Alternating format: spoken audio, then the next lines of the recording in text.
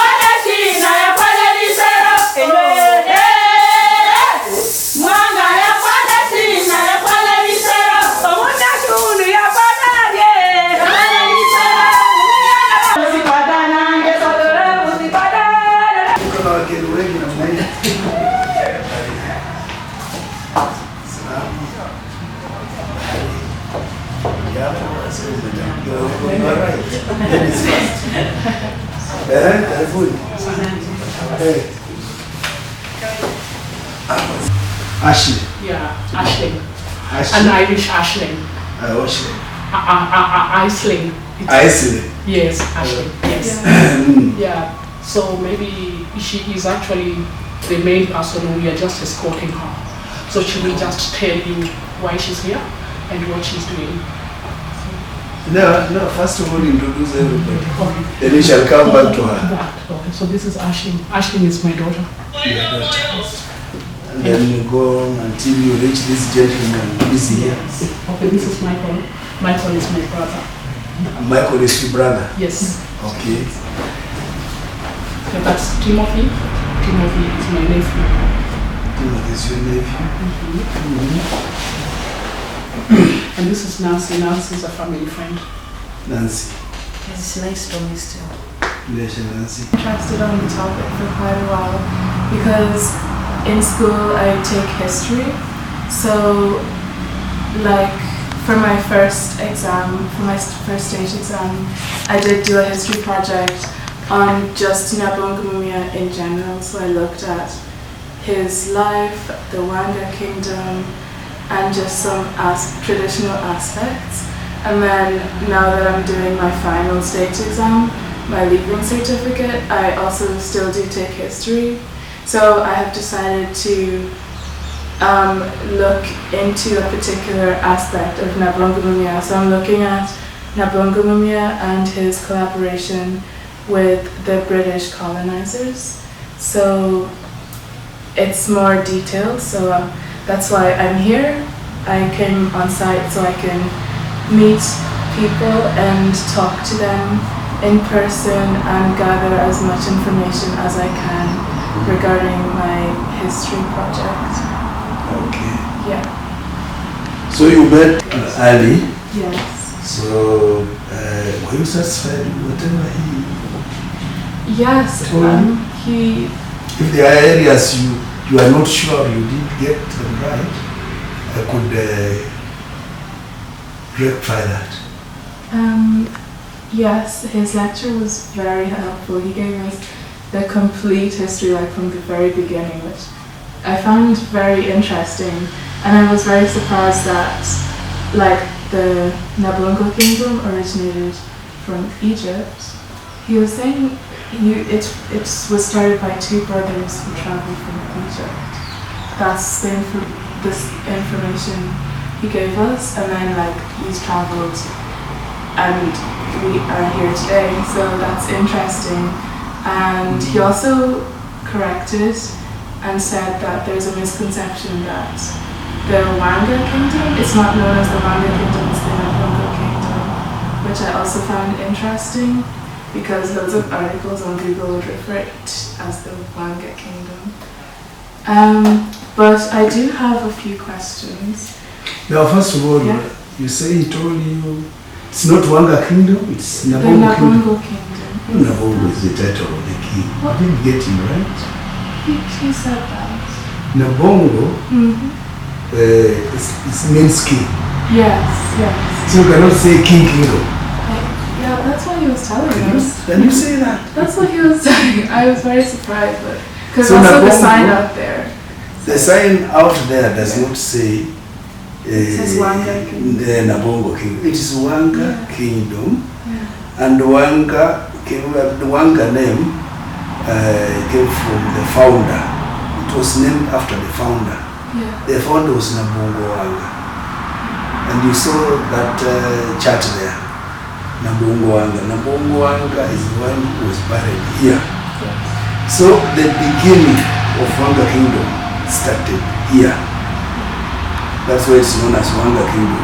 Whatever happened, the movements from Egypt, that was during the movement of the people. Oh. The Bantus, the Nilotes, the Aishur, all of them. Right. They moved towards the south, some towards the west, east, Right. and it's believed that most of the people, they talk about Egypt having had all these types of people. And maybe because of the River Nile, could be. Because when River Nile was feeding the Red Sea, or over there, then it means on the Mediterranean. Is it Red Sea or Mediterranean? Geography is running out now. It's Red Sea, eh? Suez Canal is on Red Sea, so it should be there. So I think people are following, where does this river come from? And it used to reach there with fish, everything. So people could follow the River Nile eating, and those who liked fish, that's why fish became very, very famous and very important meal in these areas. So others went to Cameroon, others went on to continue up to South Africa, like so many Bantus there, Congo, and so on. And others, actually, that movement spread all over Africa. And that's why the Arabs found the chance of moving into North Africa. Because people had moved out of those areas, because that was a desert. They were areas you could not cultivate. So people were moving away from there. So, the Wanga is not actually, Wanga Kingdom is not a clan kingdom. Wanga is a clan. We come from the Wanga clan. But the clan was named after Wanga, the kingdom. I mean the king, Nabongo Wanga. That's why they call it Wanga Kingdom. And it has been there for the last 30 years, that name. And the head of the Wanga Kingdom is a Nabongo. And Nabongo is the king in Kenya, and the only kingdom in Kenya. In Uganda, You say 30 years? 1,000 years. You say 30 years. 1,000 years. Now in Uganda, we have the Buganda kingdom. That's the kingdom of the Baganda. And their king is known as a Kabaka. So it cannot be called Kabaka kingdom. It's known as Buganda kingdom. You know why we never call ours Buluya kingdom or Baluya kingdom? No, we did not do it so because by then we didn't have the name or the tribe Luya. Luya was created much later recently when they were trying to create or to identify tribes. Then they found there were so many tribes speaking the same language around this area. So Wanga was a tribe, not Nasa tribe. And Bukusu, Samia, and so on and so on. So they came together and agreed that they should form one tribe, which should be known as Luya. Luya, Baluya, which means a combination of tribes. Or Luya is a tribe. So that's why we have the Tuanga and so on, and we are known now as sub-tribes of Luya tribe. So when you talk about Wanga Kingdom, you are not talking of this area alone, where you are. You're talking of the whole of Western region. Western region it comprises of Vihiga, Bungoma, Kakamega, where you are now, Busia. But the influence of this kingdom goes beyond that, up to Trans Nzoia, that's in Kitale. You go around there are so many Luyas, so that influence is there. So we have also Luya organizations there that sit with us. Even on our Western Region Council of Elders, we have members from Italy. That's Trans Nzoia. Now, another thing maybe where I should be corrected is about what was the restriction of this Wanga kingdom during Mumia's time. During Mumia's time, this kingdom extended. It covered even Luola. Because the chiefs from Luola were reporting, the whole castles of Luola used to go north and south of Cameroon. All of them were reporting to Mumia. So the kingdom during that time was extending right from Jinja in Uganda to Naivasha in Kenya. You know where Naivasha is? Yeah, on our way to Kisumu, you pass through Naivasha. That is, I think, the second largest town in Nakuru County, Naivasha.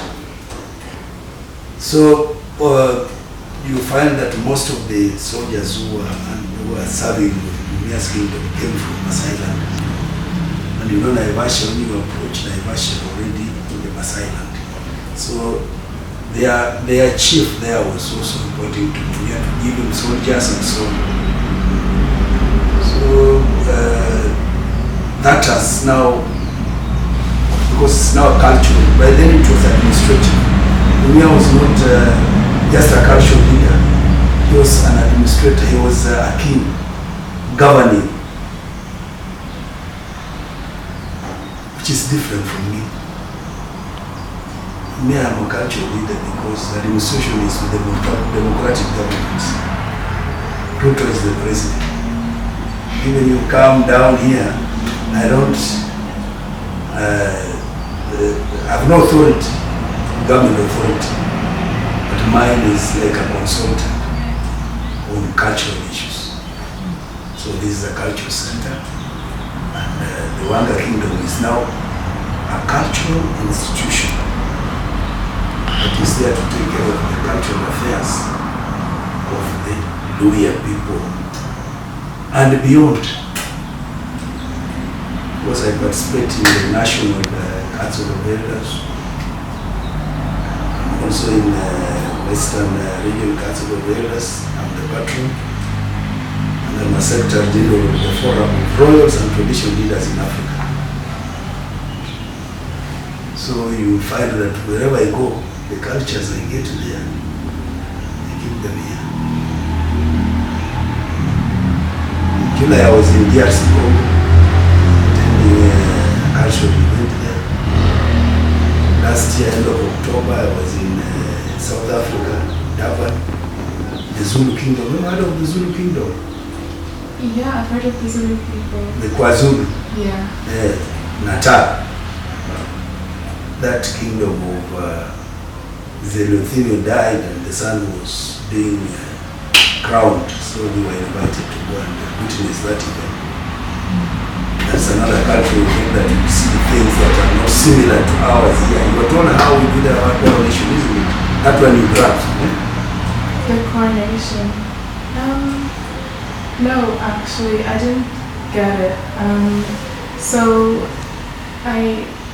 Maybe the king the current Nabongo who passed away might have named a successor, but when we were at the museum, the person talking to us was mentioning a ritual of piercing a bow.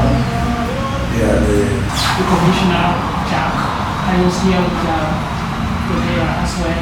Yeah, with Odera. And also thank you for coming. Welcome. I'll just email address here. Yeah, the Kimumi.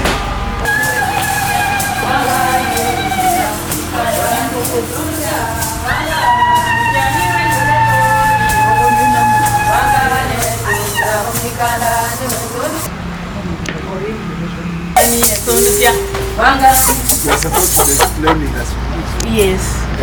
What's that? This is bingo hop in Wanga.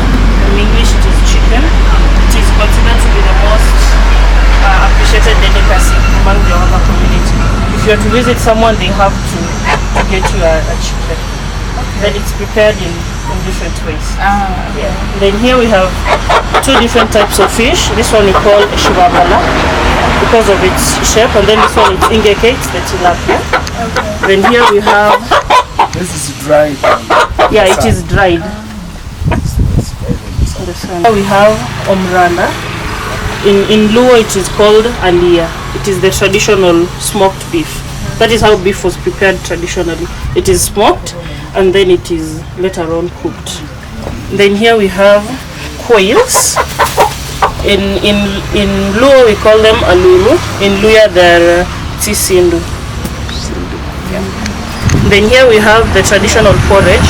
Its flour is made from millet and then sorghum. We combine millet, sorghum and the cassavas to form a flour, and then you make it the porridge using the 3 ingredients. Yes, and then we have different types of vegetables. Here we have lihubi, it's the cowpeas, commonly known as kunde. We have emiro. When you're cooking, you can mix the two to make a delicacy. We have the suta, commonly known as managu. Yeah, we have what benefit does it have to our health? To our health, the suta, it is a good source of vitamins. It strengthens our immunity, although most vegetables do. Yes, and also you have a stomach problem, it cools down the pain. And then here we have the cassavas, commonly known as emioko.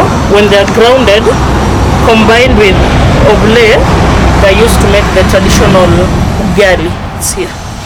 We call it. I have a question. Yes. Can I put some milk in these vegetables?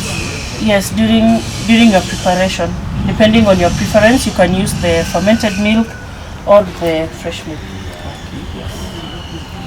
So here, this is how they fermented the milk for the vegetables. They'll also ferment milk to get fat, cooking fat. You know, traditionally you don't have factories.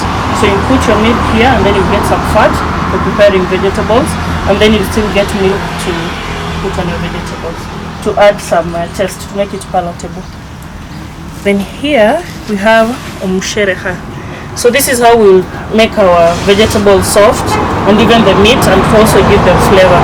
So this ash like is made from pods from the beans.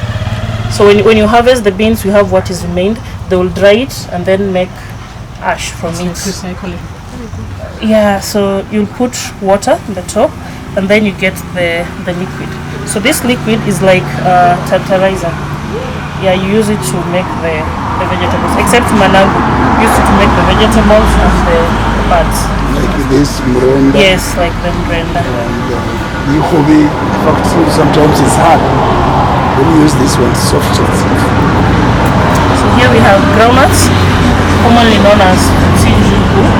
You can use them, you can cook them, fry them, and take them with tea. But then you can also use them as an ingredient to make the lihubi. You can add it in the burger. Then these are the traditional onions. They give a nice flavor to vegetables. Yes. Then here we have different types of fruits. We have the oranges, we call them machungwa. We have the ripe bananas. Then we have the other bananas. You know the two types of bananas. There are those bananas that are prepared when they're still green, and we have those bananas that have to ripen and then we eat them when they're ripe. And then we have the pineapple called the nanas. So you agree that you don't have all the fruits here? Yeah, we don't have all the fruits, especially the traditional ones. The guavas, they're not in season. Most fruits are seasonal. I'm saying you don't have them. Yeah, we don't. This is not all we have. They're not Many. in season. Many more. Many more Like that the are sugar missing here. cane. I just wanted to know the difference between this brown ugali and the white ugali. The white ugali. The white ugali is purely made from maize. But then the brown ugali, you can use a number of things like oble. You can use oble, this wimbi, and the cassava. So you can mix the three and add some maize to make ugali. And it is way more nutritious than the white ugali. If you have diabetes, you cannot use the white ugali. You'll have to use this ugali. It is more nutritious than the white ugali. Yes. And what about the groundnuts? Is it only for like fry them and eat, or there's another nutritional value? Yeah, when you're still behind the say, you can use the groundnuts to flavor your kunde. You can ground it to make a paste, and then you can put it in your kunde. You can also use it to you can also include it in your ingredients when you're making porridge, especially for babies. It is very nutritious. Yes. Good. You don't have simsim here today? It is not in season. So there are a few things missing. There are just a few Yeah, things but specific. The fruits. basically, you can see this as what is being used around. Many are missing.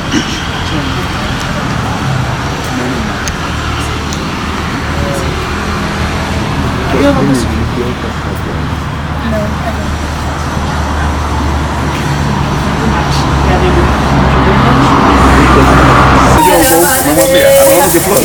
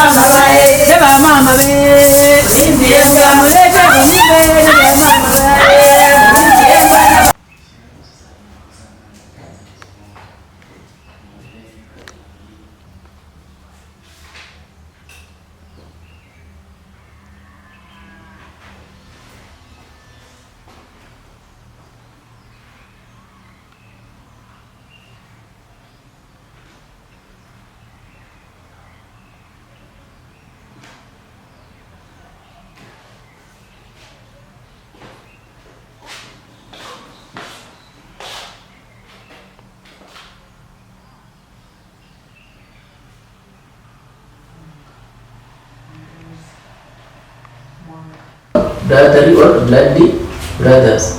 Thereafter, the sons as they did so, they formulated five major clans to the Wangan kingdom by individual names. Some, we find like someone like Morona from Abamora Transi, who are found at Mitotic as you will be heading to Kakamega, will pass Mitotic past Miastown.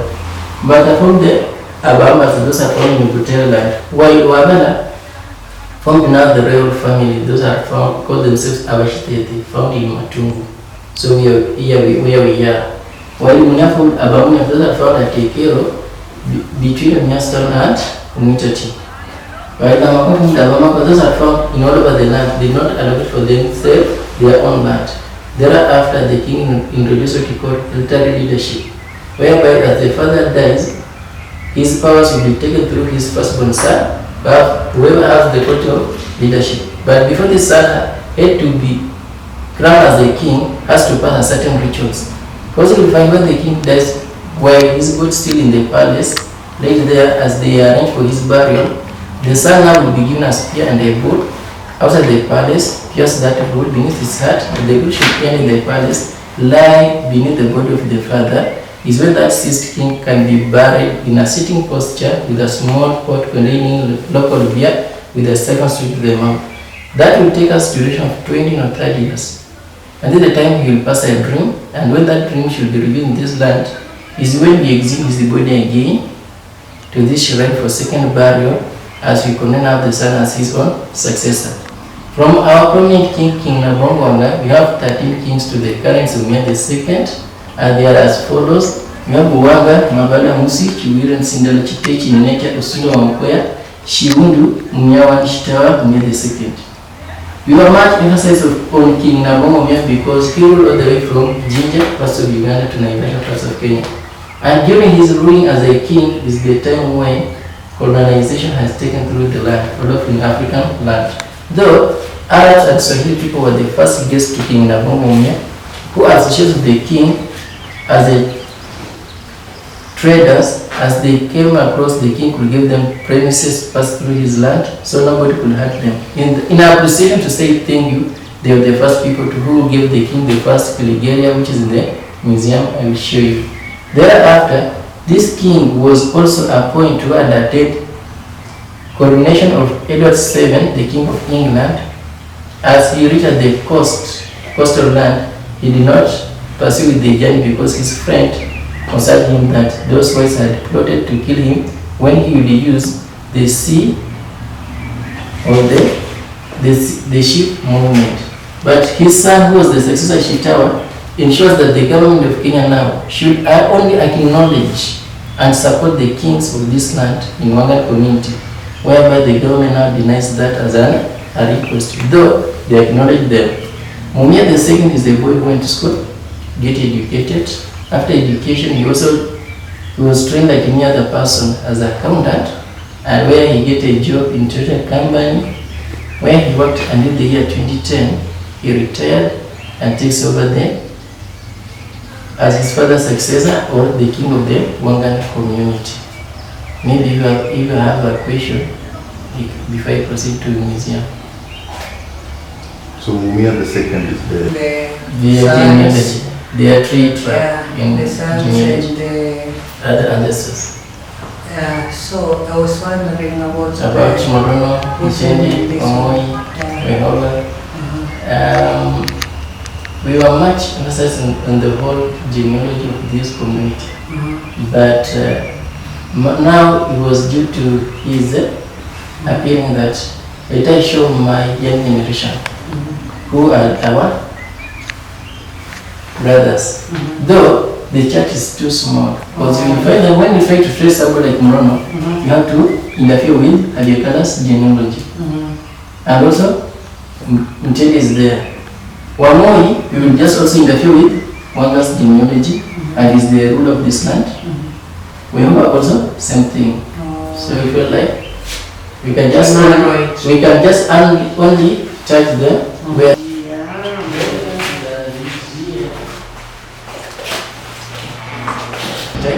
and also for our legend King Nabongo. You can see him seated with his advisors. We as the Wangan custodians, we are proud of our King Nabongo because he ruled, at least he ruled the whole Kenya as a king, because this is the only community which was ruled by the king. The remaining communities were ruled under the chiefs, who were also the subject to King Nabongo. For example, the Maasai, this is Lenana Talang, the son of Olaibon, who was acting as a subject to Mumia now, and grandfather of our leader Raila, that's Odinga. He was also working as a subject. This is a guy from under Abiakala's genealogy called Amachina, who was the great advisor of King Nabongo. But we have these other pictures like here. These are some of the wives to the king. We will find this king marries 66 wives.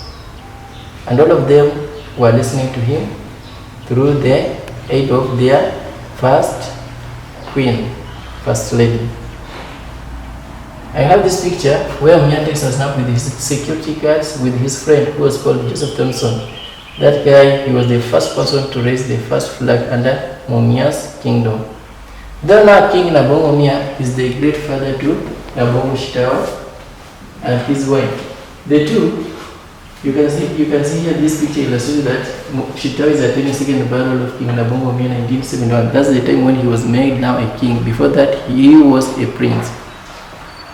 The two are the parents to Mumia II with Her Majesty. I think I have met Her Majesty from time to time. And maybe someone can ask me, he's seeing a picture of Kamlish party. He was a friend to His Majesty and he attends the ceremony called coronation. So we are moving with the artifacts. Why do they not have any clothes?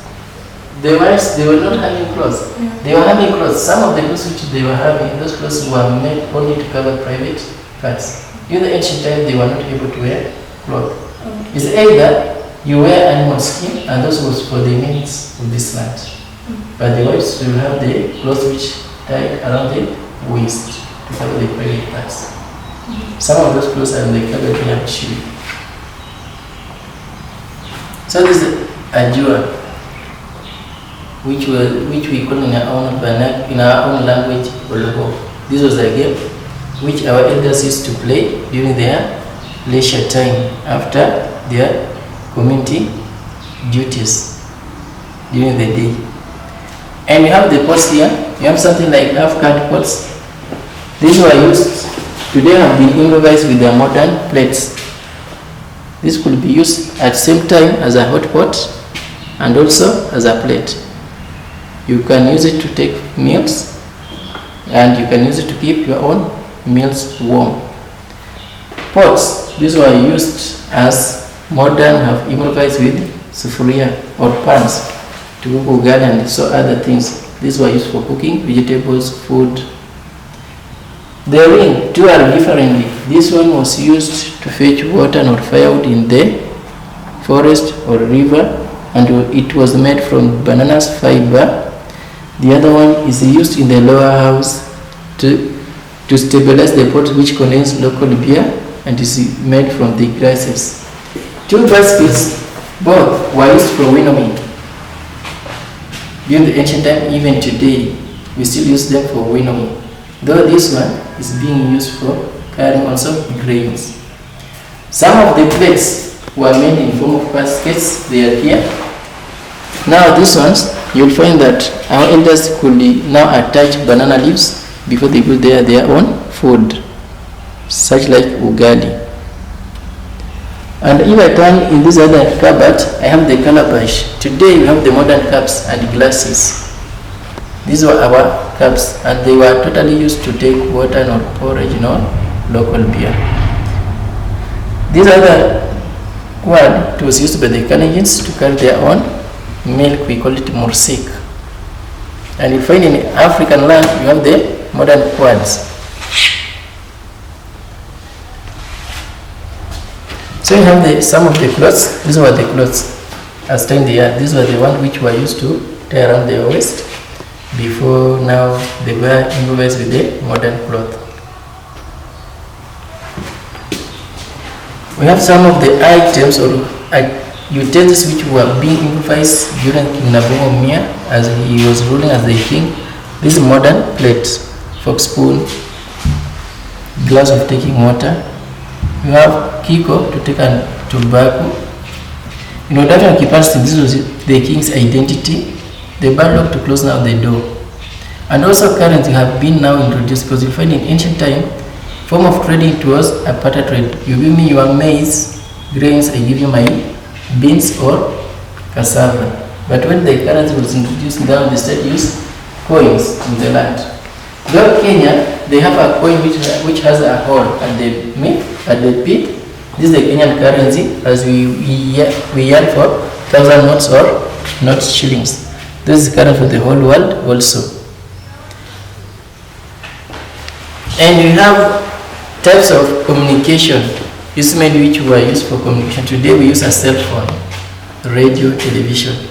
In ancient time we said we use horn blowing.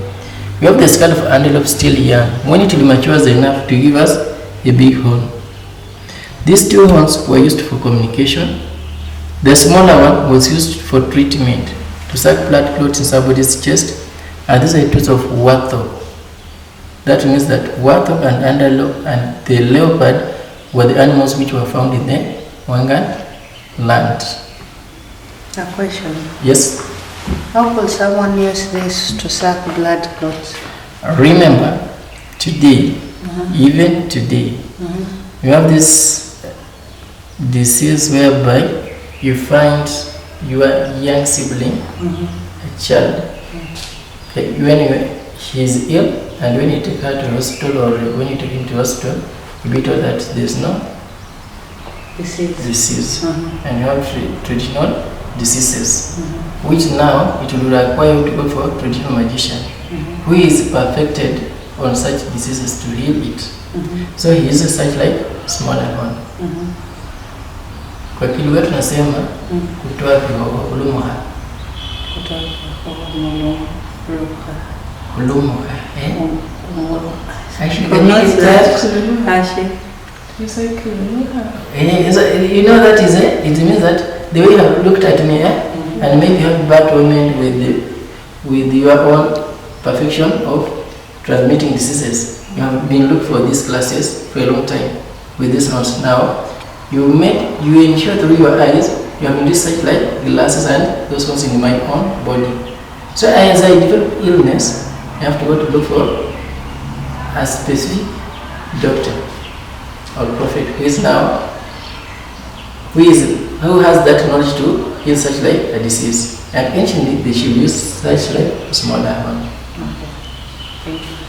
Wearing the metal which was given by the explorers, though I'm lacking the picture of his bicycle, and you have the ornaments here, we call them jewelries. These were some of the ornaments which the Arabs now were coming across with in this land. Though the king won't allow slave trade in his own kingdom. Is either you give me those ornaments, I give you my grains. And we have fighting weapons. We call them inferior weapons. You have the bow, and when you have the bow, you have the arrows here. We have the two which are sharp at both ends. Those were used for fighting. The two were used for practicing war. The other one was used to produce blood when the farmer feels like this animal, his blood, it has a lot of blood which is full of nutrients. This smaller one was used as a razor blade for circumcision. The way of grinding it was by burning on fire. I have the spear and the shield. Those were also other fighting weapons. But this community generates during the Stone Age period. Of course, we'll find they were able to make tools from stones. For example, you have the black iron ore here, which was used to make the hoes which were used for farming. And our hoes, when they were looking this way. And for them to be able to make this hoe, they burn the black iron ore with the fire so that they make the bond so weak as they heat it. We have the precious stones. These could act as a fridge. We have the modern fridge today. These were put in a pot containing water to cool the water. The bell was tied around the neck of a bull to identify somebody's head, which are looking like sickles were used for harvesting wheat in the land, and the stone was used for grinding. The picture of His Majesty Mnya II. Now we have two criteria chairs which are different and they meant different purpose. We have three-legged stool, the royal stools, and four-legged stool. The two, both are stools, but now because His Majesty is the most superior, when we are on the shrine, he sits on four-legged stool, and his council sits on three-legged stool. Drum could be played for entertainment and also passing of information in the land. I know somebody asking what about the other skull? Is for who? For the queen. At least when Uhuru was still the president of this nation, when Rashid was appointed as the first minister of this land, as minister of sport, he's the boy from this royal family. So it meant the king had to attend that ceremonial. Here he was with his cousin, Mr. Raila. Though this king, he normally being visited with other kings from outside Kenya. Like we have these other kings. This was a king from Congo, king from Zambia, king from Malawi, king from Libya, and here I have My Majesty Mnya Kabaka from Uganda.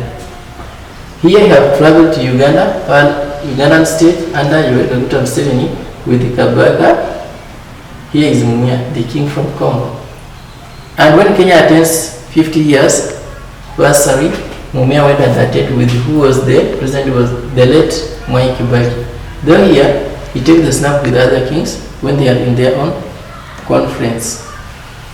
Mostly this convocation is taken in Zambia. That's where he went. And as I said, during the second battle, this king wears leopard skin. This is his own picture. While he is wearing the royal priesthood ring, he wears a leopard skin. Have you seen? That's My Majesty. And also apart from he being the king of this land, he went and attended coronation of this gentleman under the Toro community. And here he says the snap with the Raila when we were launching or opening the cultural center. Another one, he was still the deputy president or vice president. Most of the pictures he was in Zambia. Fishing basket, this could be used for fishing. Today you have trolling, you have the sweep net, but anciently we should use fishing basket. This will be told that when the fish enters, they cannot leave, so they maintain being inside. And when I talk about the siphon, they were made from woods. These are the siphon.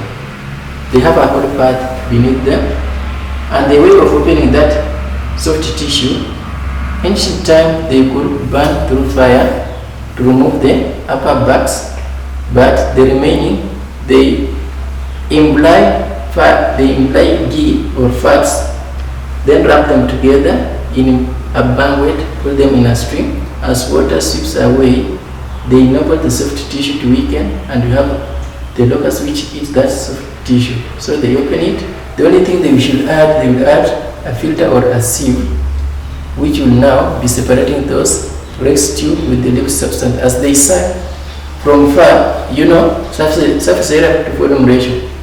They suck from far and they take only the liquid substance.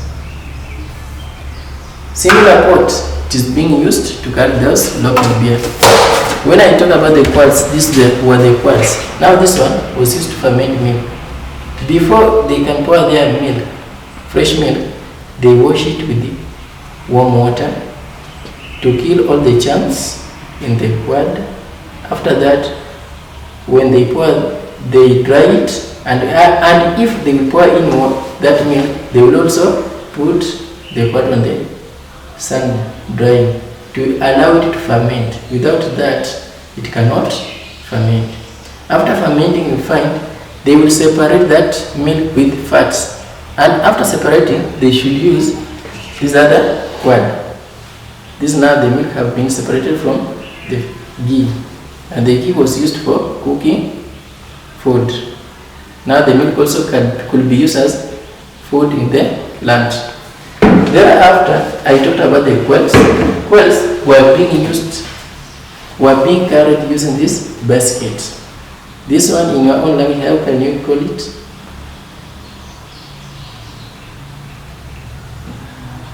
In Luo, a basket is a kikapu.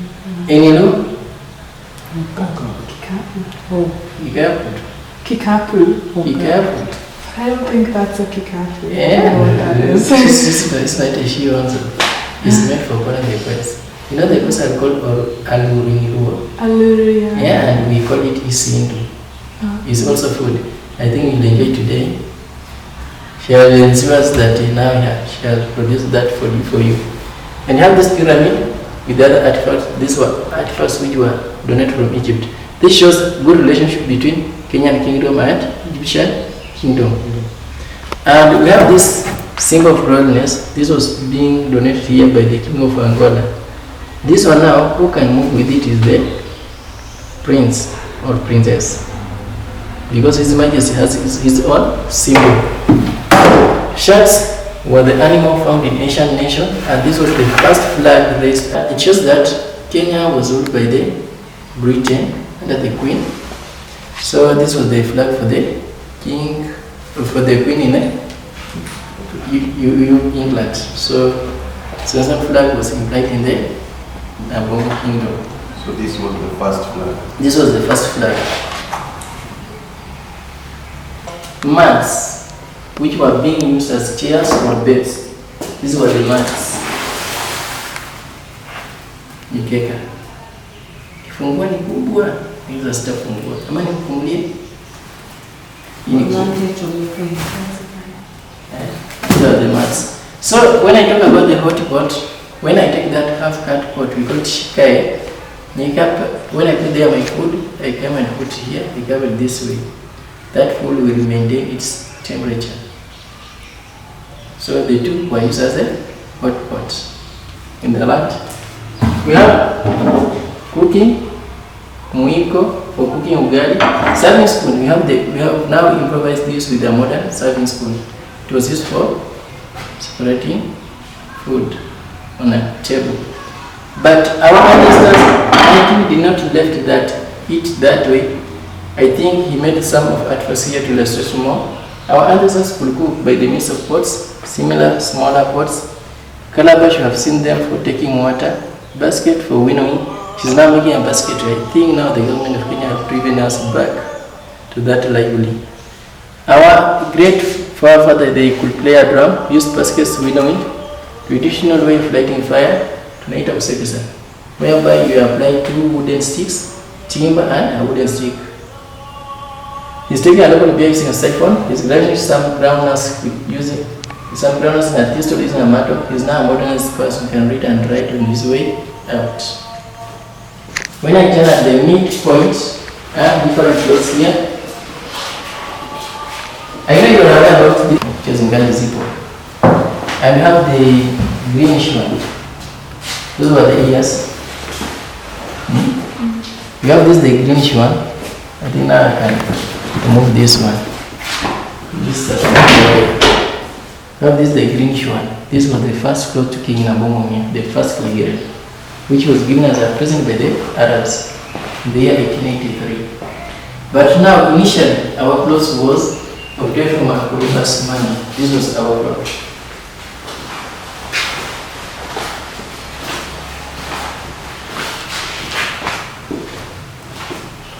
What's this from? Is this from Canada? What? What's the animal skin? Where's the animal skin? This animal is found mostly in Kagamega forest as you are headed to Malava. Okay. Yeah. And we have our grinding stone. It is called a Columbus monkey. Columbus monkey. A Columbus monkey? Yeah. Oh, okay. We have a grinding stone where we used to make our own flour. This was our traditional portioning, whereby they could grind their grains in this format as they add. Maybe you have a question in this museum before I leave it. How long have they stayed from the first Nabongo, or they're from Retracing? Everything here. Especially Everything here are from the first king Nabongo, not the current. The current is a modern scale. So even those chains over there. Yeah, even those chains. Museum. All these articles, how we get them? Oh, what is The the oldest. The oldest. The oldest Yeah. items? The oldest item here is now, if you look at you have the black iron ore, you have the spear and the shield, the arrows by the council of elders. Council. For the king now he has a leopard skin. And the leopard skin, who was the first Nabongo to wear the leopard skin? The first Nabongo also wear that. You can see the picture which was drawn. Which Nabongo was that? Mumia one. Oh, it was Nabongo Mumia. I have Nabongo Mumia one here, I have Nabongo Mumia the second here. So Nabongo Mumia was the first one for that.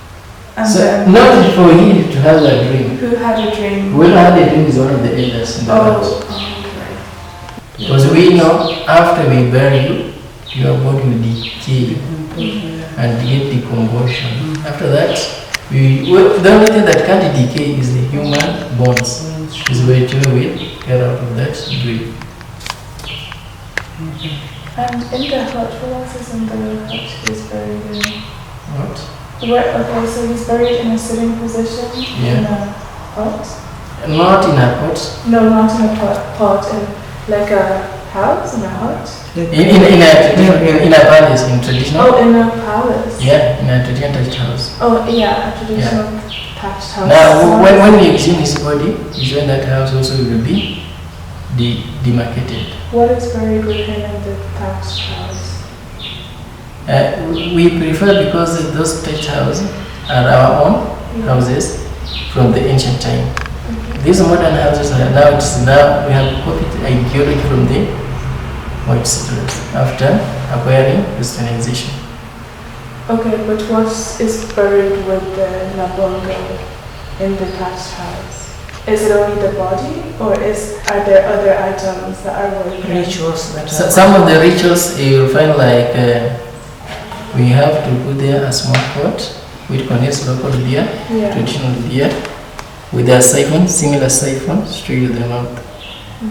And also this king is now covered with the animal skin, mostly whichever the cow, the bull which the son appears when he was still laid in the palace, and when alive on his body, its skin, it will now be skinned to make the king's coffin. Okay. Yeah.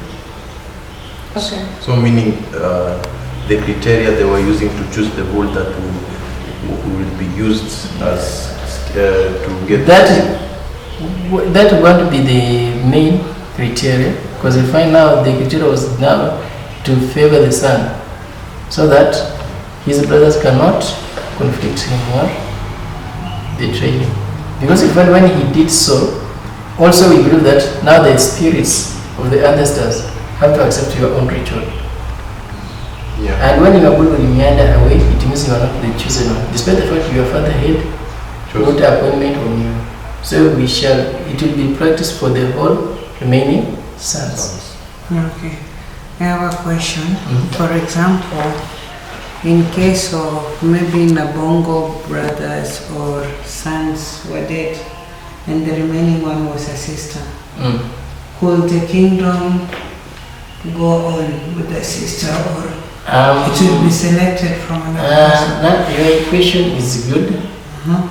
It's now for the westernization, for those who are now undergoing westernization. But during ancient time, before this somebody was named a king, he could marry as many as he can, so he can miss the son. Like Ouma married 66.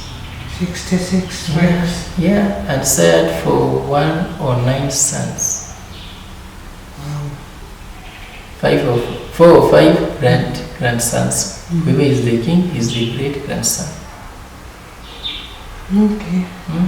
So I wanted to ask, my main question was about the burial. Yeah. The way you said 20 to 30 years for the next king to come in. So how will they rule without a king for that period of time? During that period of time, you find that mostly now the community was left in the hands of Her Majesty and the hands of the prince. Though the prince will be there, but now he was supposed to be nurtured, directives of leadership. Because you will find mostly they were chosen when they were still young. So that will add, it means that now this king, before he be crowned in as a king, is now totally matured. Yeah. Okay. Thank you. And that prayer on the behalf of the community. That was done anciently. Today, sacrifice offering is now done in the church. Okay. Also, who was he sacrificing to in the ancient times? The ancient time was done through the hands of the king, because we find even also the community was the one who were catering for the king's livelihood by providing foods. So did they worship a god? Yeah. Did the king? No, they weren't worship a god. What was their spiritual from the ancestral time? Yeah. They believe that we had a god who is now unseen. Yeah. But now to make you understand, Yeah. you have someone who is much prominent other than you, or whom you can worship. The king can dedicate that in front of you. Okay. So to God, like he's offering a sacrifice, maybe in most you will find that they believe in spirits, whereby the prophet can tell you that the spirit of your father is asking for the blood shed. Now you think, how could I shed the blood? Okay, they take you this goat or this bull or a sheep. Okay.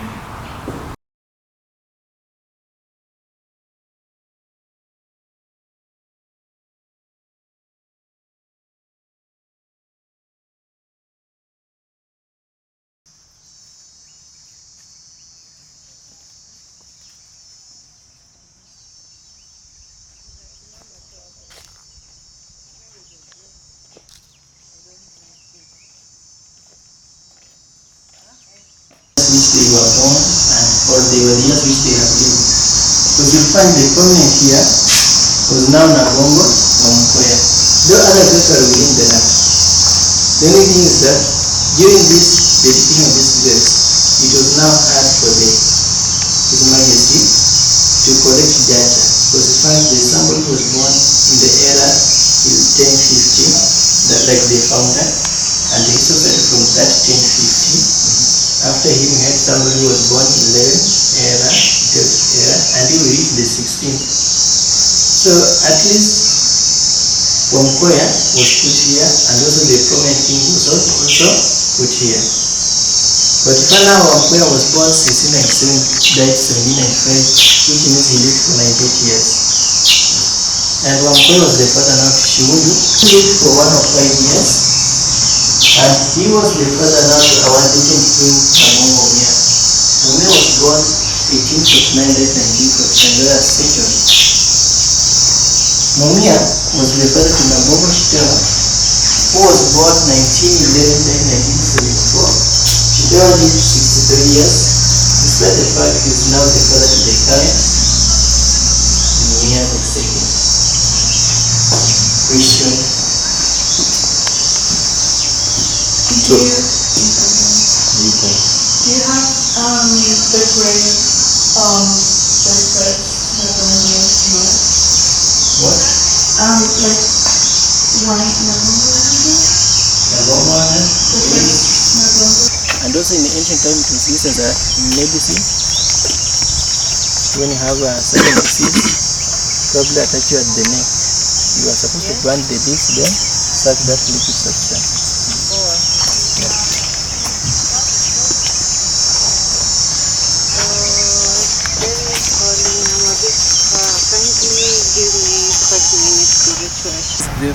Of the founder, called Nabongo Ouma.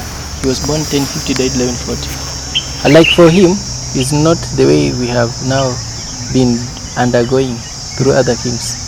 He was buried here in a sitting posture, then he was left here. Unlike this surrounded area is supposed to be in a, the grave supposed to be in a traditional touched house, similar to that one. Although now that one, the same with his own palace. But today we use it as a conference room. And you find those traditional touched houses, they have been made with poles of trees. The walls have been marked with mud, then they imply cow dung as a cement. The floor, although that one the king have improvised into the plastering. The floor is they imply the cow dung also smear the floor. They smear both the walls and the floor to make it smooth. But those houses, they do not use any nail because they do not have that ideology to hit the nail. So they use the ropes to tie them up. That's why as you will enter in the lower house, in the parliament there, you will meet there is a king post and the midpoint, which also separates the roof into two. You have the bedroom on the left hand side and the sitting room on the right hand side. Okay, the bedroom on the right hand side, sitting room on the left hand side. That means that whoever was the guest of that house was not supposed to enter in the bedroom, to remain in the sitting room. Or any daughter who had get married and was the child of that home should not enter in the bedroom. If she wants anything, she could send the younger siblings to look for it or to fetch for her. And such two indigenous trees, because as you see these two areas have been dedicated or marked well. This dedication, this soil has been heaped because we find the trees were there when the king was still living. So this means that those traditional trees have been to grow also near 1,000 years.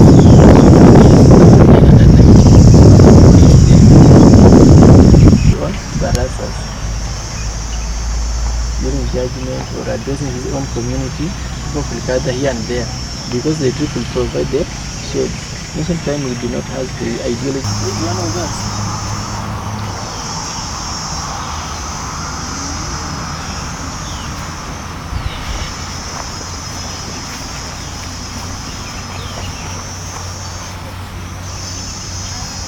And mostly as we enter the village, we find they have the gate and the compound is fenced with the live fence. The use of trees and other reeds. Though now their worship is put after the gate, after the compound. Even this, wherever the gate enters, are the oldest thing as smaller towns. Wherever the local gate is seen here, this is now.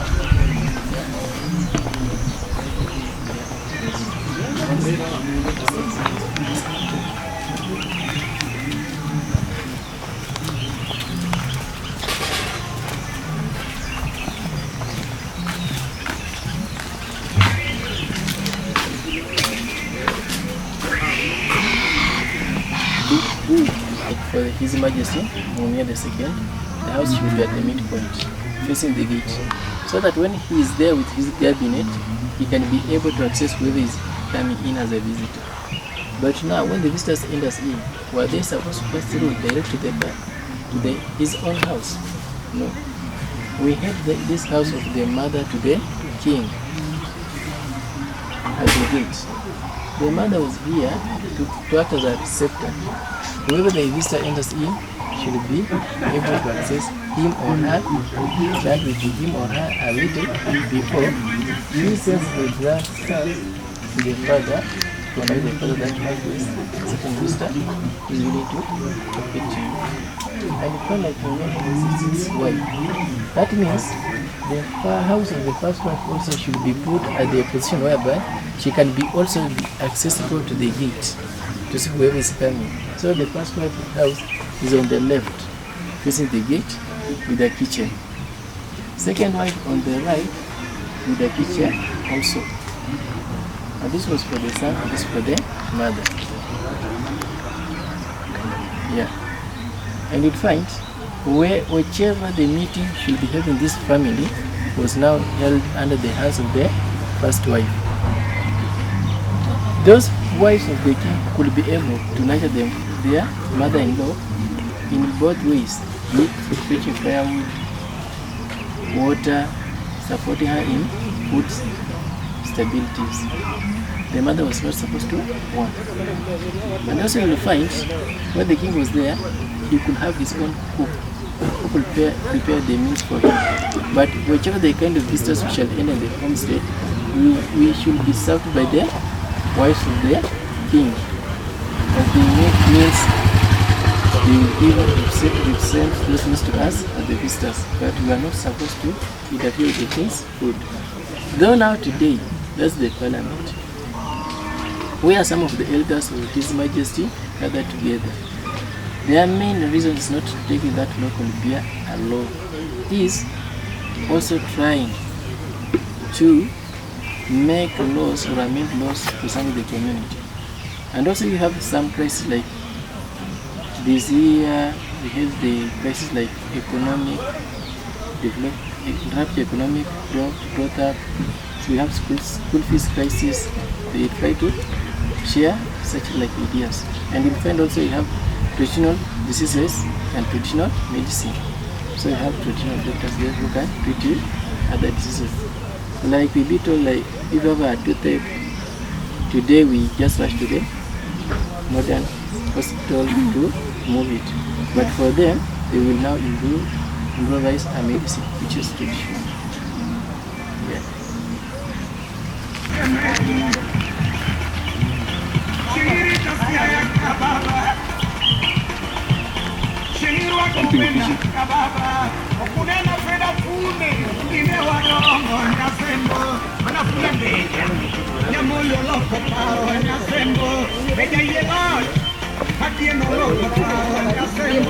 A very serious house of old men. It is like a parliament. You see, in this house, these old men meet here daily, and the intention of meeting here is not just taking the busa. You see, they drink as they discuss various problems affecting their families, affecting their entire country. We have so many problems within ourselves. But when you have a problem and bring it in this house, we shall discuss and maybe give you a way forward. So before I go on, let me just allow you to introduce yourself, tell us where you're coming from, and then I'll welcome one of the old men. We will also welcome you. And then, as we see what to do, just introduce yourselves. I'm a secondary student from Ireland, and I'm doing a history project on Nabongo and his collaboration with the British colonizers. Oh. What about you? Okay, I'm Timothy Omondi. I'm in Kenya. This is my cousin, my sister. So I'm just accompanying her in doing or researching about her history projects, and also I'm learning about the culture because it's very interesting, and I would like to know more about the culture. Thank you. My name is Manuel Makoha. My name is Sam Kavan. I'm a chief whip. Naitwa Cheso Fondera, member. We are waiting for you. We introduce yourselves, the two members. Okay, place of the introduction. Yes, ma'am, useme jina lako. Naitwa George Hawaya. Yes. Ninaitwa Livingston Umukuba kutoka Bungoma County. Ndio chairman wa discipline hapa. Na mimi naitwa Gabriel Wamkoya. I'm the spokesman of the house. So those few remarks, our visitors, we are indigenous people of this place. So as we move ahead, I want to know who is the key speaker from your group. Nani kiongozi? Go ahead.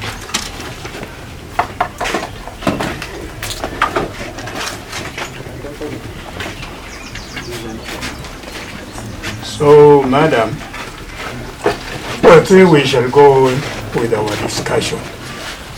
Now, as you are told, this house accommodates mature people to take this group. So, as they discuss many things.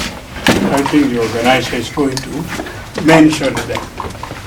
Organizer be prepared to feed them with that history, shallow history we normally give.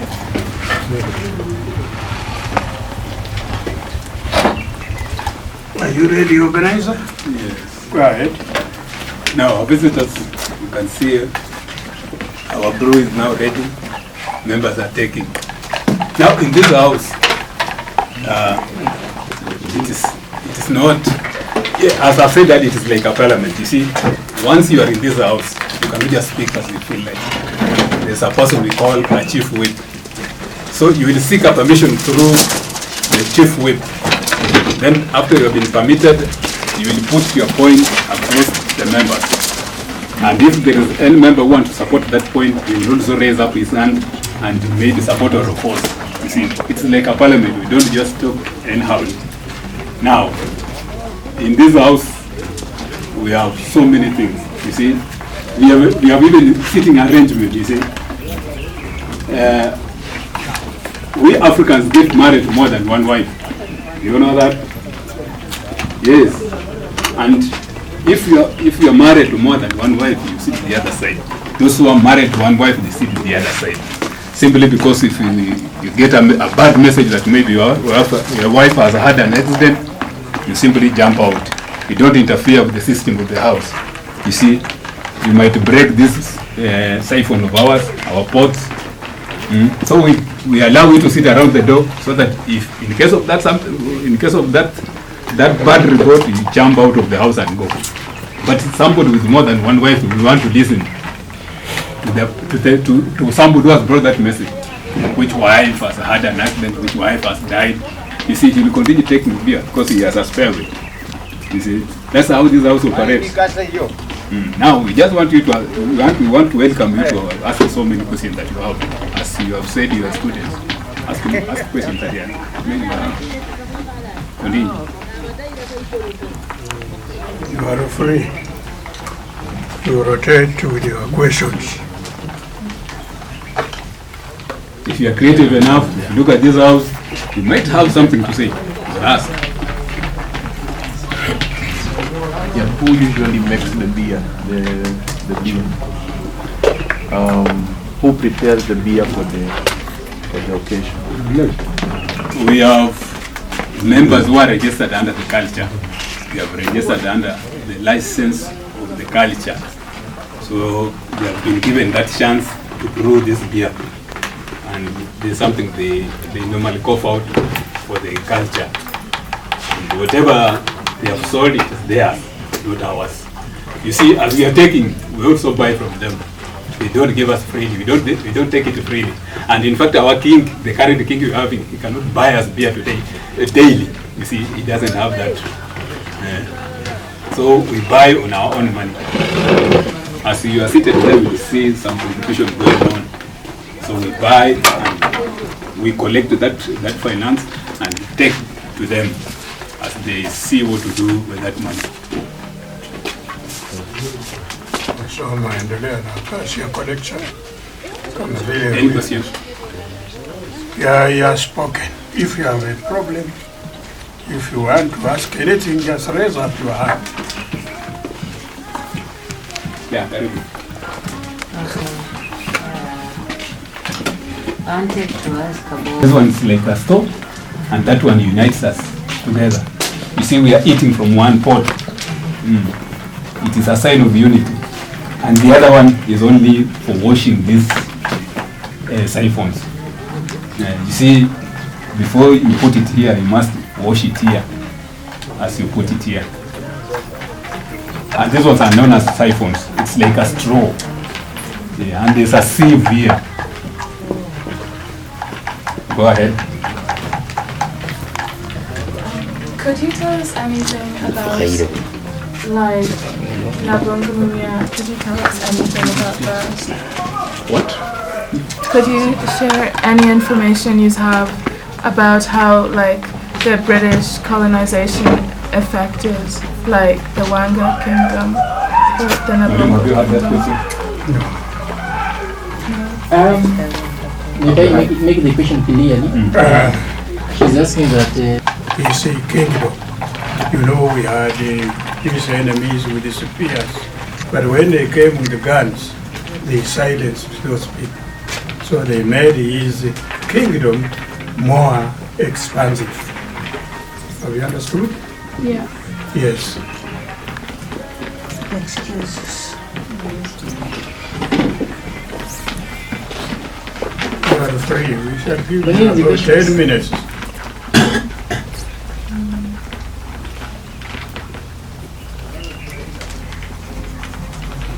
Madam Speaker, do you have questions? I summarize and you can take another session somewhere. Okay, so you usually have these meetings every day? We do have it from Monday to Friday.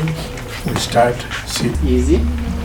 Do you have any representative in the central government, or you just end up with your own discussion meetings under the kingdom? In the central government, we have left it for the entire country. But as freedom, our king talks with the president.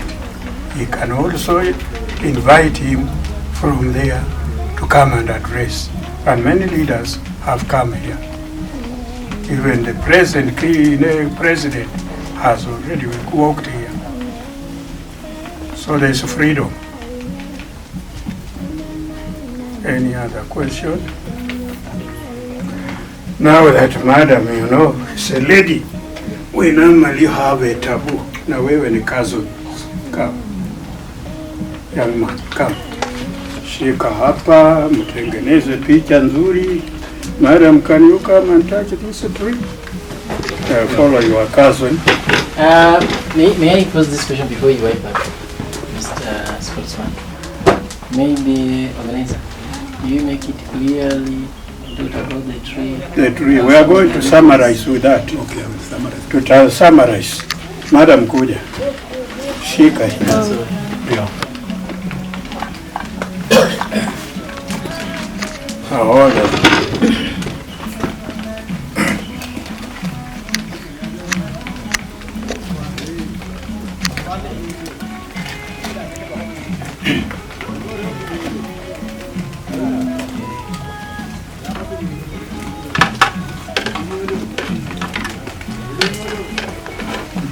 Just give me. It's okay. We shall put it here. And maybe the other members can support. But I believe what we have may prove that you are fewer. I shall place here. Do you accept other currency? They are going to see. So, ule wa picha apige. Do you accept other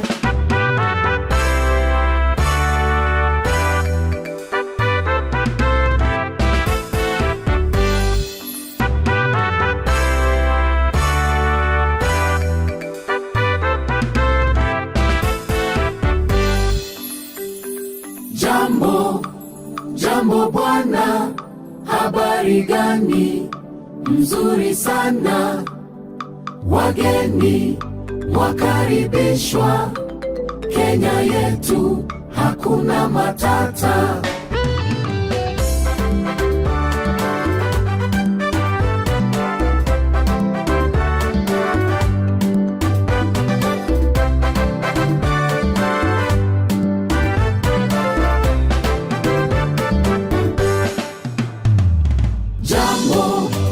Jambo bwana, habari gani?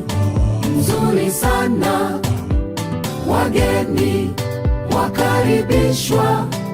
Kenya yetu hakuna matata. Kenya nchi nzuri, hakuna matata.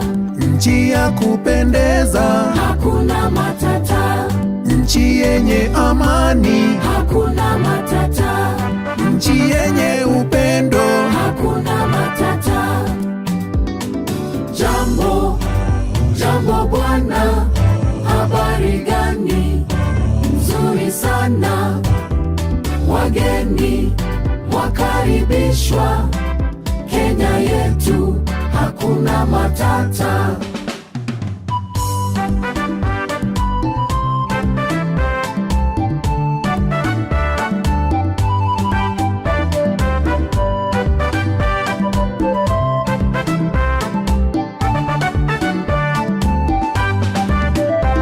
Wakenya tuungane, tulijenge taifa letu. Ugomvi tuweke kando, tukaribishe wageni wetu.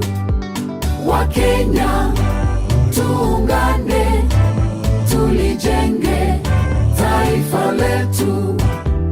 Ugomvi tuweke kando, tukaribishe wageni wetu. Ukitembea Kenya hakuna matata. Nchi ya kupendeza, hakuna matata. Nairobi, Mombasa, Kisumu, hakuna matata. Nakuru na Kericho, hakuna matata. Ikweta, Rift Valley, hakuna matata. Moyale na Isiolo, hakuna matata. Kakamega, Bungoma, hakuna matata. Jambo bwana, habari gani? Mzuri sana. Wageni wakaribishwa. Kenya yetu hakuna matata. Na wananchi wote hakuna matata. Hata raisi wetu hakuna matata. Na viongozi wote hakuna matata. Ni wazalendo wote hakuna matata. Hakuna ukabila, hakuna matata.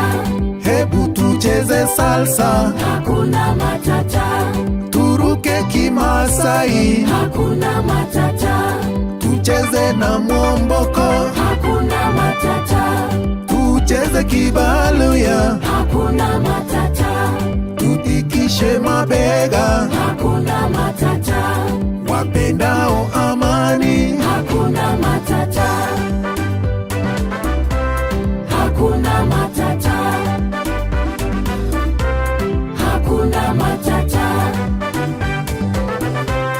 Hakuna matata. Ingombe iguri baba, ingombe iguri baba, ingombe iguri baba, ingombe iguri baba, ingombe iguri baba, ingombe iguri baba, ingombe iguri baba, ingombe iguri baba.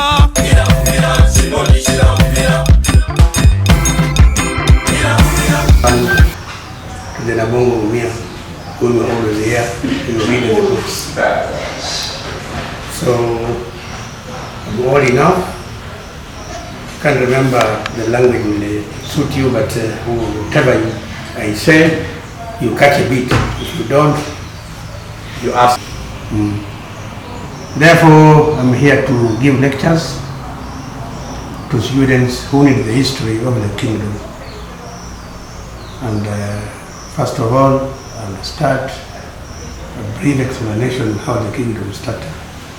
Because this kingdom, 4th century.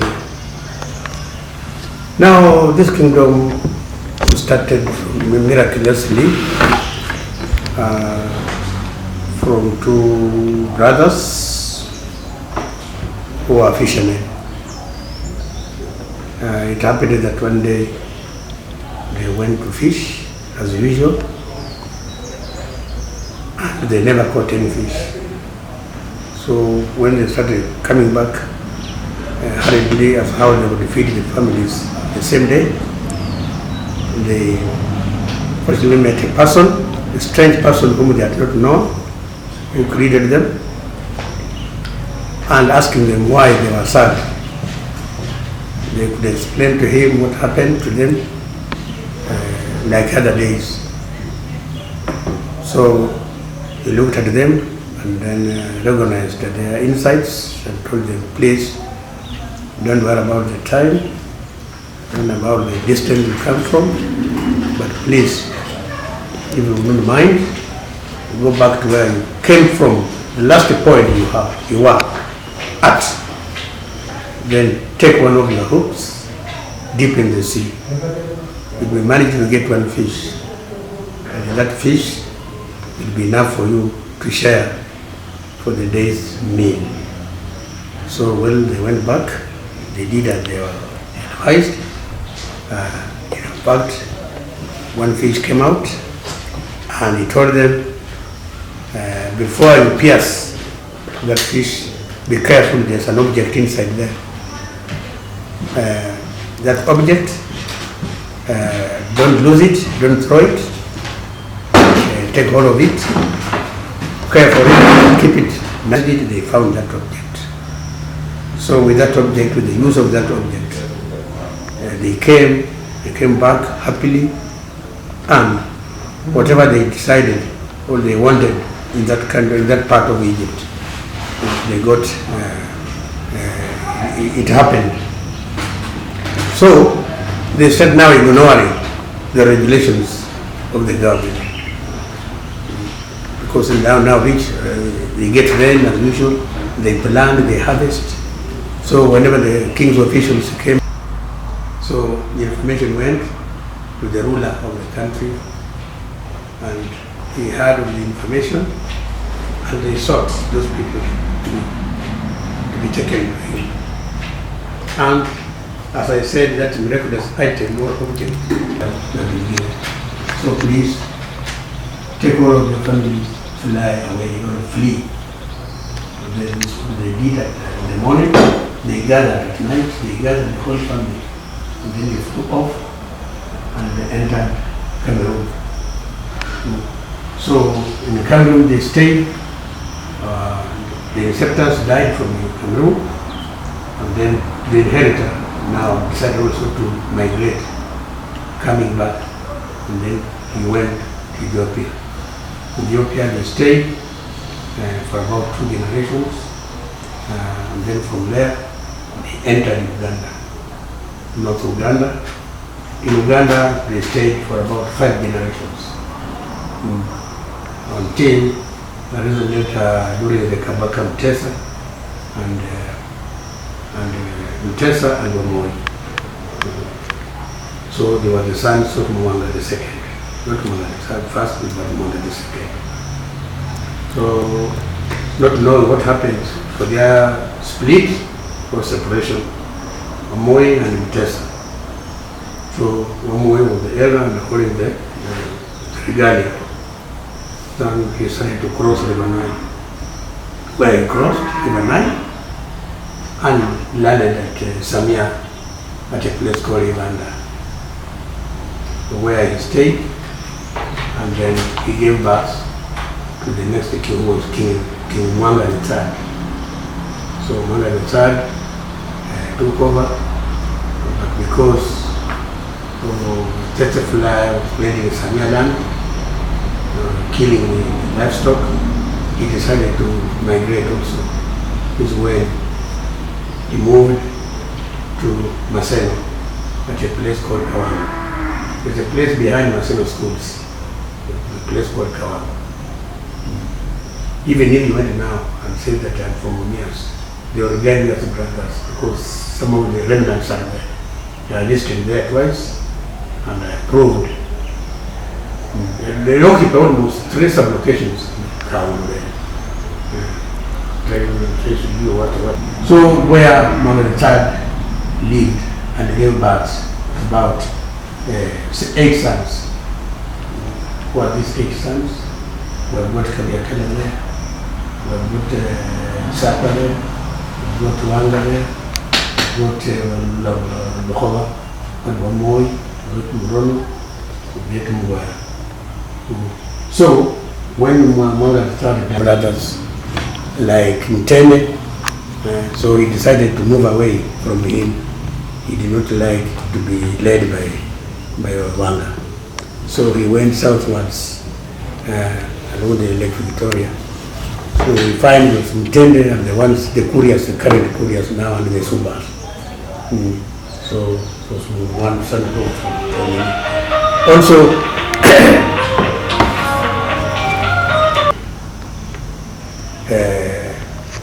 he moved again to Mianga, just south of Mugwama, somewhere there. So he found those people not very cooperative. The Bukudu was not very cooperative. So he decided to come back. And when he reached here, it was now old, the life had been deteriorated. Now he made a wish that please, now I cannot be, don't take me anywhere when I die, please bury me here. And on burying me here, sacrifice that everyone that will inherit the throne must also be buried here. And that's why then it was the inception of this place. And that was in the year 1140 AD up to now. So from then up to now, we have got about the current one is the 13th king from Wanga. So Wanga left a son called Wabala. Wabala gave birth to Wabala also died. He was killed. He was betrayed by his brother. And then he left his wife pregnant. So he gave the authority and regalia to his cousin to keep it for that was in the womb. So when the mother, the wife got gave birth, they kept a secret to the brother who betrayed him, but he may also take away the life of the son, of the child. So that was happened, and then the one who was given the grade to keep or to take care of it until what was in the womb survives and reaches the age of coronation. So kept a secret, and on realizing that the wife has given a male child, so he sought any woman who had given in that locality, any woman who had given a female child, so that they could exchange. So they exchanged the nursing. She was given a female, and then they reported to that brother that when they were inquired, they were told he has given a female child. So he got happy that he might regain the powers. And his intention also failed, because when the Obama was still alive and having inherited,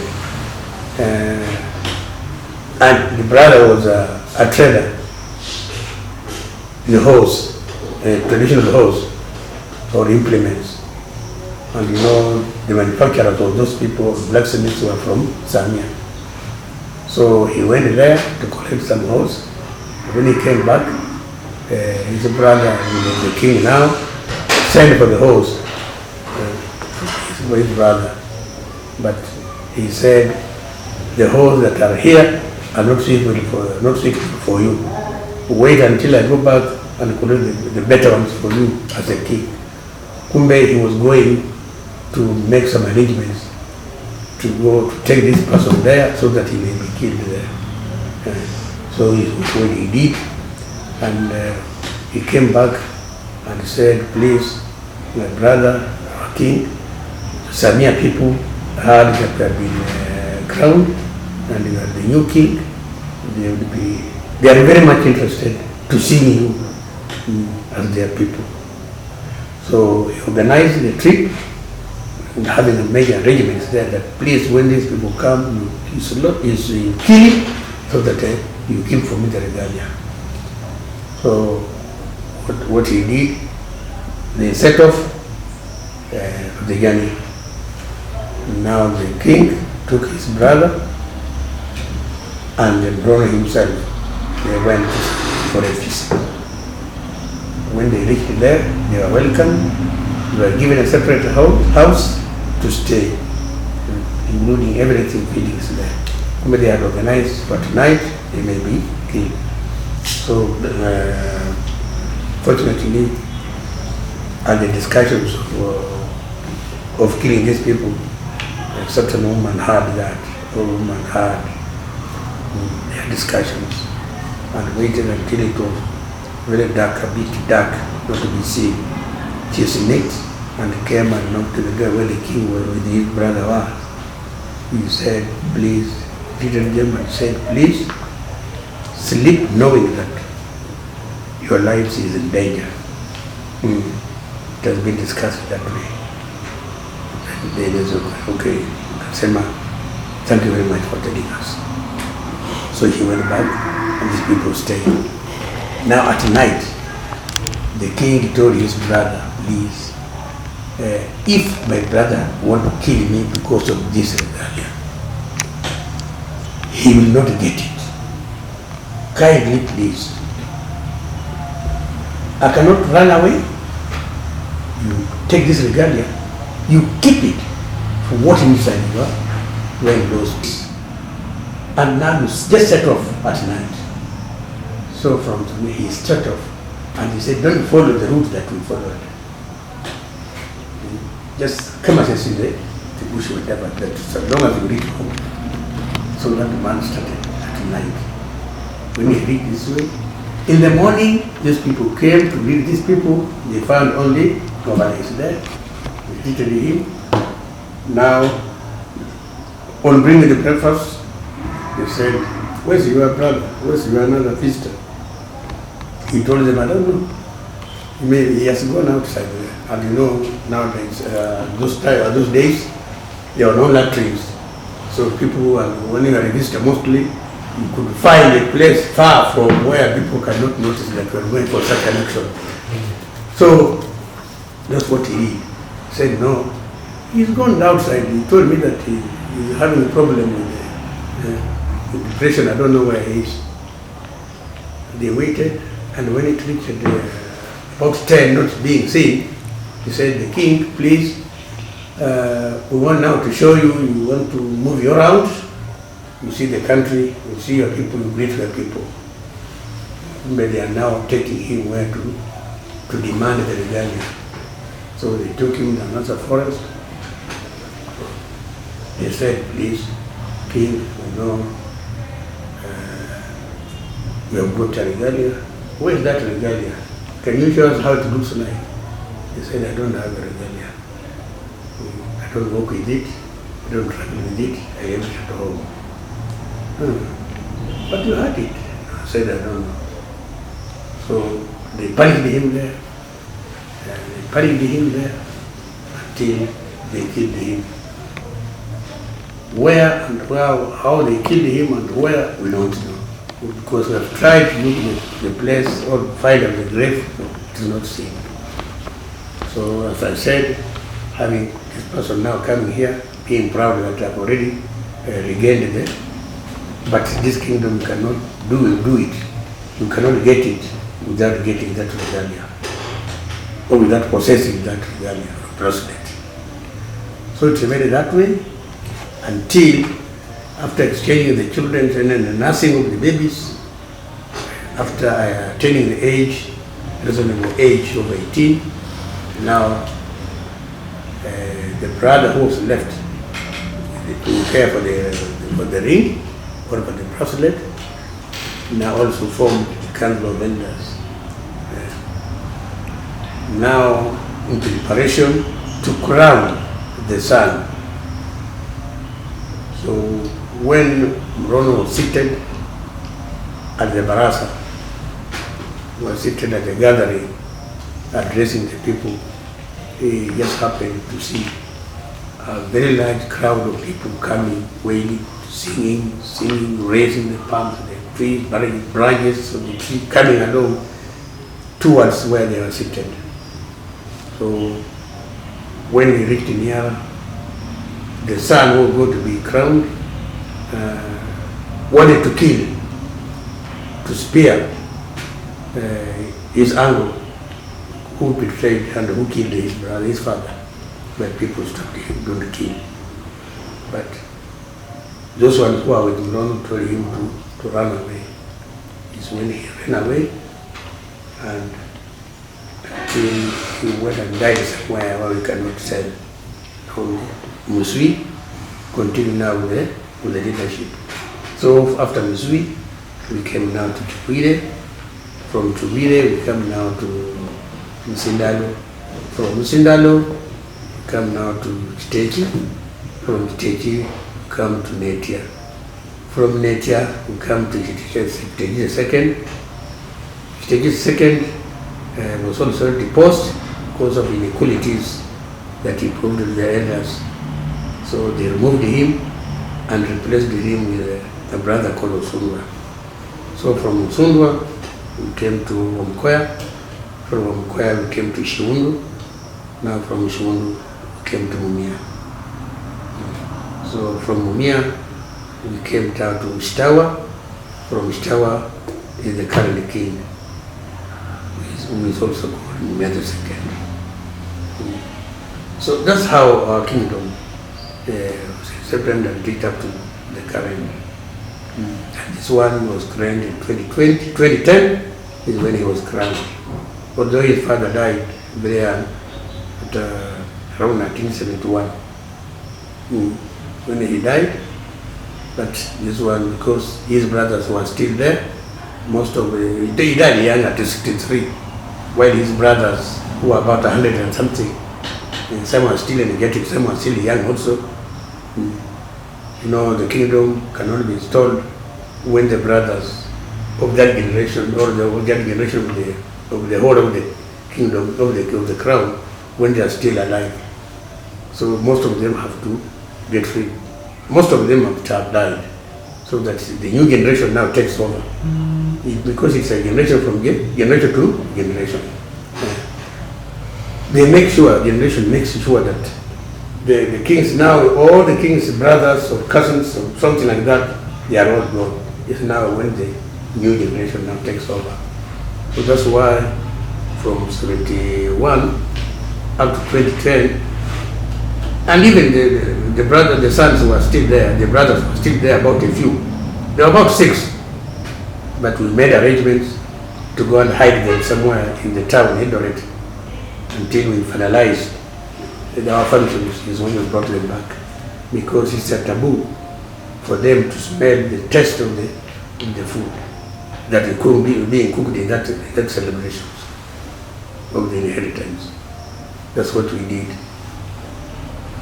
And also find that these people to be crowned is very ridiculous and their burials.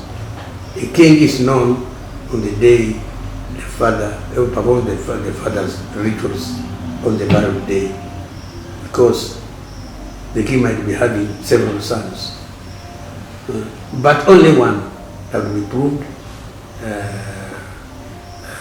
viable to inherit, and also the assistance of the council. That's why a body called Council of Elders are there to assist the king to monitor the entire family. They monitor the entire family and see what qualities each son has, and what behavior and what character, including the mother. So they may one day, when sitting, jokingly try the king, please, should you leave us unhappily whom do you think amongst your sons may inherit? He may say, let me give you that person. He may name the name. And with the knowledge the king, the elders has to that person, they may refuse or may accept. If instead, if for example, he is only good or only respect to the father, but outside there, his character is not good within the community or the society. The elders, because the elders come from all those areas, they will say, no, that boy you are giving us is not of good quality. Because of this and that and that and that and that and that and that and that. So they may reject. And they would ask for the second choice. And the king may insist that, oh, if that one cannot, if you cannot help that one, I have no any other person. Unless you, the elders, tell me whom you want. So, but at last they must, both of them agree. The king and the elders, they agree to whoever will inherit. So it remains a secret. Only those ones that were present on the nomination will keep the secrecy. And when the king now dies, now preparation for the burial now starts. The heart is built. It's built at night. Next morning, the grave is dark inside that house, at the center of that house. They make everything. They touch with the grass. They mud with mud. They mud with mud, as usual. They keep the door. It's now when that boy is going to be sought where he is. Be told, please come along. The elders want to send you. Please, elders want to send you. Come, so that we may bury your father. So when the son comes, reaches at the altar, he said he is now being told that your father said you are the inheritor. Please sit down. He cannot be allowed to go back where he came from. Just sit down. He sits there, a doorstep there. He's given a spear there and then. A bullock is brought, a young bullock. It's brought by them. Being brought by another son of the king, but of the separate, another different house. That's why our kings are not allowed to marry only one wife, because it will be very difficult to get whoever will assist the king to perform the rituals of functions. So they instruct the horror of the cow or the bullock, because it's being tied in the neck, holding the rope. They said, please, when you see your brother, spare him. This look, you leave the rope. And then, on swearing, after swearing, being led by swearing, after that he's shown where to spear that animal. Only once, not twice. And then he spears that animal where he was shown. Now, if it's the right choice to become a king, the bullock have been speared. The corpse, it will come and lie where the corpse is. This is the grave. The corpse is here, but the animal will come from outside, having been speared, then he comes and lies beside the corpse. And then he dies from there. It is not slaughtered, he just died because of that spearing, comes and dies. So that man has qualified. But in case he spears and that bullock cannot enter the house, goes astray, how he is not qualified. The elders will have to sit again and discuss about among the other left sons until they will get the one who will do the same, and the bullock comes and lies there is the rightful owner of the inheritance. Now the skin, that is skinned off, the bullock is skinned off, the meat is thrown outside, whoever wants to eat will eat, but all of the same clan. The skin is wrapped on the king's body. That will be now a sander, I don't know how sander you may call it. That white cloth that everyone, when people die, they wrap with it. So it's wrapped with that skin only. And then he's placed in the grave, sittingly, on the sitting position. Having placed a small pot of beer under the legs, given as a siphon from the beer to the mouth. Then they start burying him up to the shoulder level, and the head will remain covered with a big pot. So, meaning that he's still reigning until he will be brought here to my tomb, the final burial. So the house is sealed, no access to any other person. So that one remains a prince until the time reaches of the execution of the remains of that king. On the special day is the coronation day, they are prepared, having prepared nicely. It's a big festival. Now is when they go, and the house might have fallen, grass might have grown there. It was now very difficult to know where the grave is or grave was. So they will see the particles of the pot is where they say that it was here, is when they start exhuming the bones, the remains of that body. So cleaning, whatever bone is found, it's cleaned, ointed with the fresh butter, and milk butter. They are placed all very nicely in banana fibers. Now there is not another cow, another bullock. They take the bones in that skin, and then the new man, the new king or the prince now carries those bones with the regalia which he has not put on the head, on the arm, until this place. So when they arrived here, the grave had never been dug at night, when the bones are now placed for final burial. After being buried is when now the new king is seated on the special seat, and a clock, special clock for the kings, including headgear, and now is placed the regalia.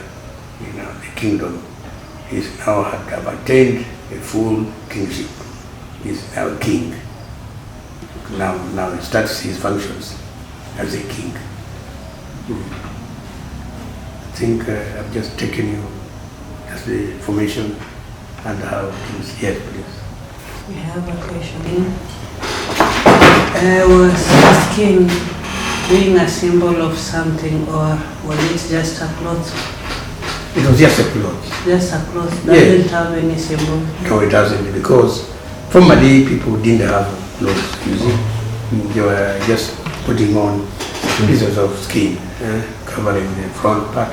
Whenever he needs it, it goes to that brothers were hidden somewhere not to take the source of food that they were cooking. What if one could come and take that food? Was it a taboo, or the food was just for specific people? Which food? The food. You mentioned a part of food that was just coming in. That's why hidden somewhere and the food was being cooked. As I said, yani, whenever like this generation always have some functions. Everyone at his home is the home. Okay. Yeah. So after the crowding area, everyone will go back and separate at his home.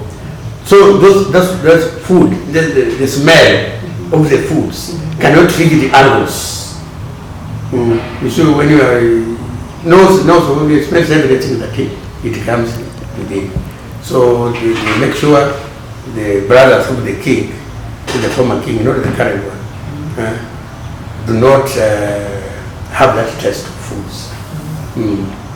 Or they cannot, let me say, they cannot participate in that celebration. That's why we hide them at a further distance. So after some days, when they can come back, after the celebration is finished. What does that regalia look like? The regalia, it was an object in the fish, as I told you. Yeah. So when they are during this immigration period, they said that an object can get lost at any time, isn't it? So they came and mixed that with tin and diamond, with gold. They melted it and now made it a ring to be worn. It was an object from the fish, but now came back.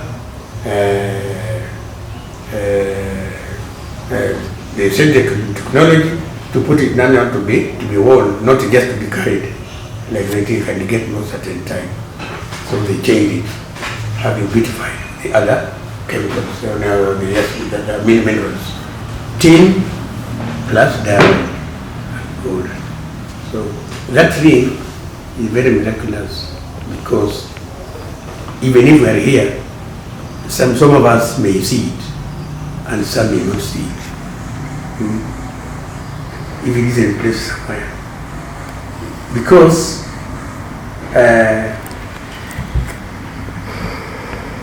Wabana, when at Samia, some other modes of killing them. So Maasais came later to discover that it's the king who is killing them purposely. Maasais were plenty here, inside here, because they were very fierce and they had been recruited as an army of the kingdom. So, but they have become now very plenty. They have now generated a population. So they were worried how they can go back. So he started killing them so that they became anxious and then ran away. But after discovering that the king is the one who kills them, they also wanted to revenge and rebel. So one day they gathered and came, just daylight, and they stood outside the palace. And the king was with his elders. Now they demanded, please, we want the king to come out. Having spears. One of the elders went, please. They said, no, we want the king. The second person went, he said, we want the king himself.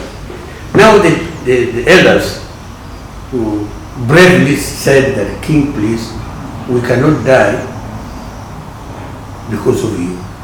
Those people have got intention of killing you. So please go and die bravely as a king. So, not telling him that please remove the regalia, give us no. He said, okay, let me go.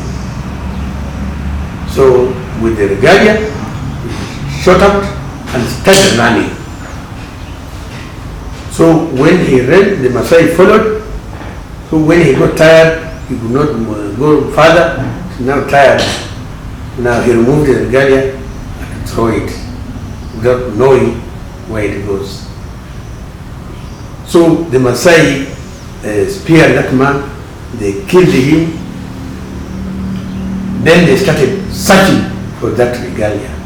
For 3 days, they did not find it, they did not get it. Until after they have despaired that no, we can no longer get it. Now, that regalia sent the people to come and collect the regalia. So when people came, they found it and then they took it off. So that is a very reckless item. When the king shows you are calling him or he's angry with you. When he shows in his hand, please, you cannot leave.